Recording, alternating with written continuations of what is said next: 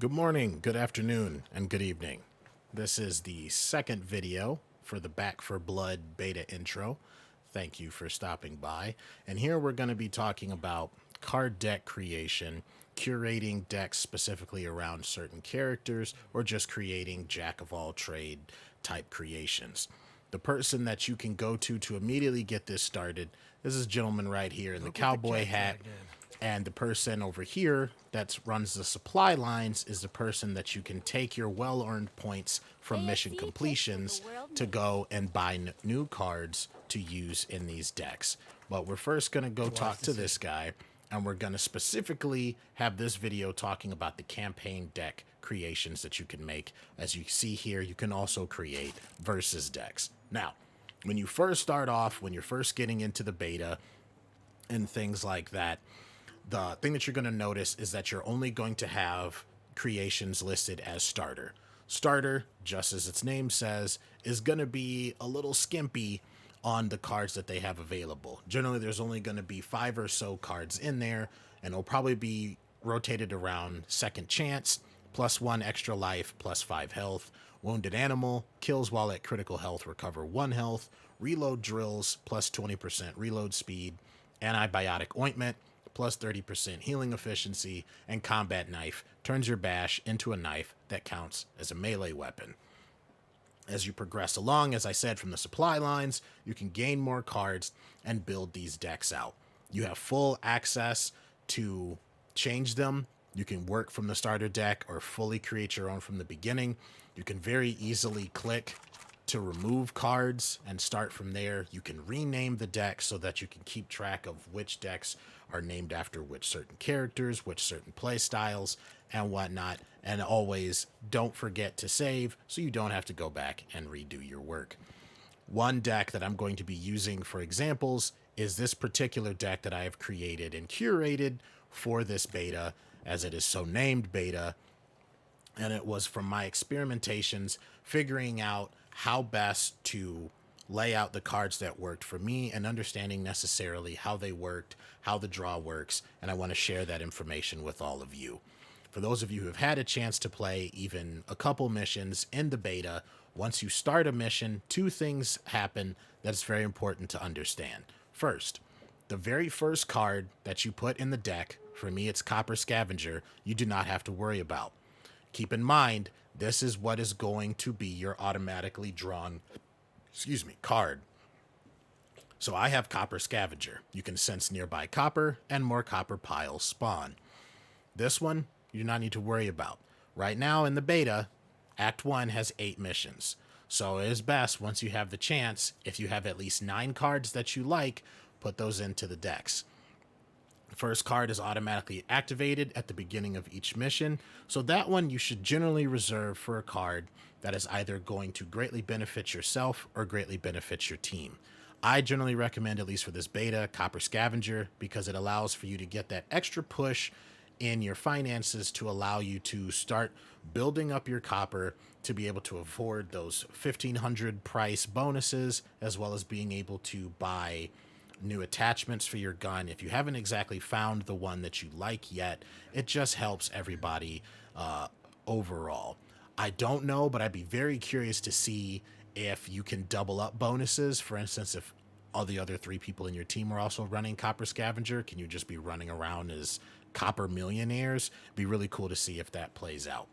Afterwards, I generally run 2 stamina cards, because my philosophy is I would rather get the cards out of the way earlier on before things start getting dangerous that are going to help my survivability, and then after that have it all just be damage and weapon function. Because once I get the stamina out the way, I don't have to worry about trading any of my offensive cards for defense, mobility, or utility card, because I've gotten exactly what I need.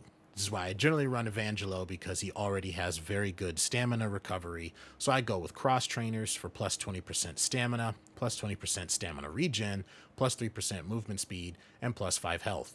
And then after that, I go with superior cardio, +20% stamina, +20% sprint efficiency, and +5 health.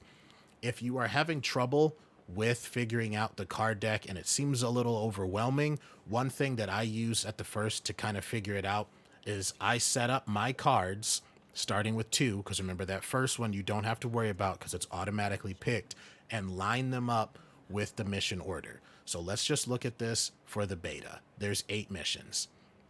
So 2 through 9, I know this card I'm picking for the first mission, this one I'm picking for the second, and so on and so forth. It kind of helps me keep things in order. And if I want to change the deck around, I can figure out and try to plan for, okay, on this particular mission, for instance, the one where you have to run to the boat after destroying the wall with the fuel tanker, if I'm struggling with stamina to get there to survive, then I can put stamina in slot 4. That's just an example. I don't know 100% for sure if the fourth mission is exactly the boat one, but you get what I'm talking about.